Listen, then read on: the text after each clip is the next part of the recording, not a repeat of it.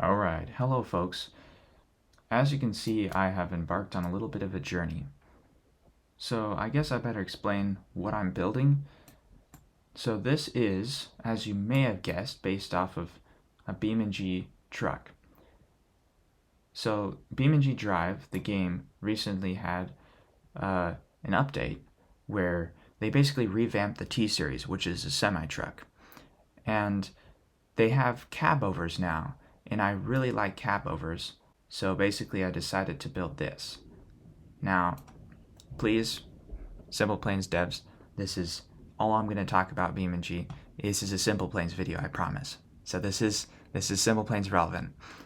But anyways, this is based off of T-Series cab-over, and at the moment I have finished the frame and the suspension and the axles, and I'm just going to show you how I accomplished some of that, because I found there's some very useful implements how to get this suspension working. So I guess don't mind this thing. This is just for testing the suspension, because basically what it is a big weight on a piston.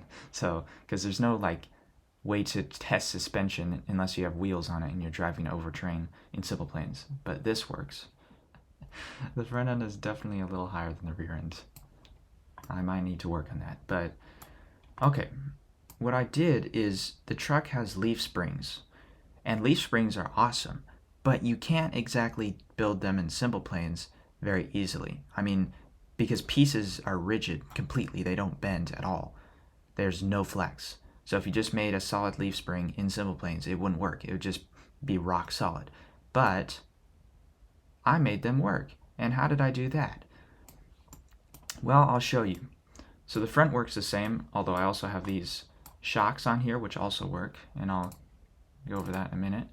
But for now, let's take a look in here. So if we just this is just a bump stop. Okay, so if we remove the center piece, or not remove it, but hide the center piece here, you can see, wow, would you look at that? There's a spring in here, and there's two rotors on either side of it. So you can't really see the one on this side, but there is a rotor in here, a hinge rotor, so it can pivot on this up and down axis here. Very scientific word, up and down axis. No, I moved it. Okay, thank goodness I saved it, because when you move something, sometimes it screws all the connections up. Okay, so the basic idea is as your leaf spring moves up due to being pushed that way, there's some form of load on it, it's being pushed up. These two bottom pieces, since these are both angled down, will squeeze in as it moves up. And so if you put a spring in between there and some hinge rotors, it'll basically oppose that force and give you a kind of spring force, which when it's put all together looks an awful lot like a leaf spring, and it functions like it too. I think these ones, these rear ones, are a little bit weak. Like you can see, they're like over halfway depressed just from this 1,000-pound weight I have. So I may need to work on that, but the front ones are also very interesting, and I made them apparently a lot stiffer. Alright, the front leaf springs I made work basically the exact same way as the rear ones that you already saw. They're just a little bit longer, slightly different shape and angle, but same thing. And these shocks here, what it is just a spring, just a stock SimplePlanes coilover that I put in here with this piece pushing up, and basically I put the stiffness really low and the dampening really high. So it acts just functionally as a dampener, as it would in real life. And as you can see, this works pretty well. And oh boy, do I even want to get into the steering. So I sort of designed a steering here. Boy, that took me hours.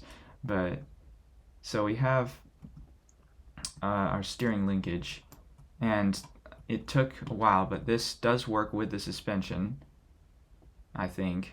I don't know if it'll go all the way up to the bump stops with this thing still working. I guess I'll have to try that out later, but I'm very happy with the way the suspension turned out.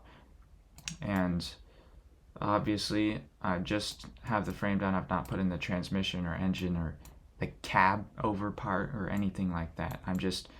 This is the very first steps.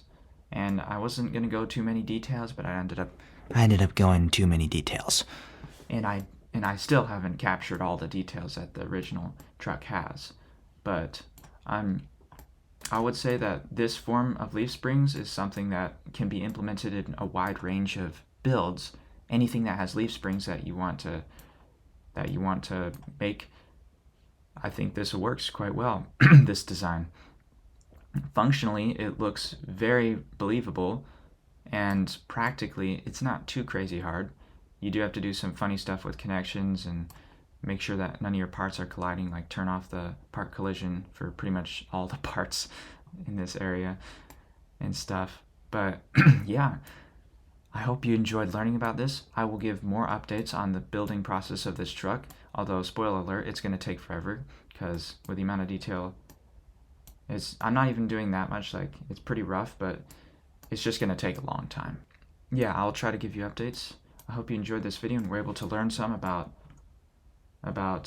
how to make leaf springs, realistic looking leaf springs in SimplePlanes. Thank you for watching. I will see you next time.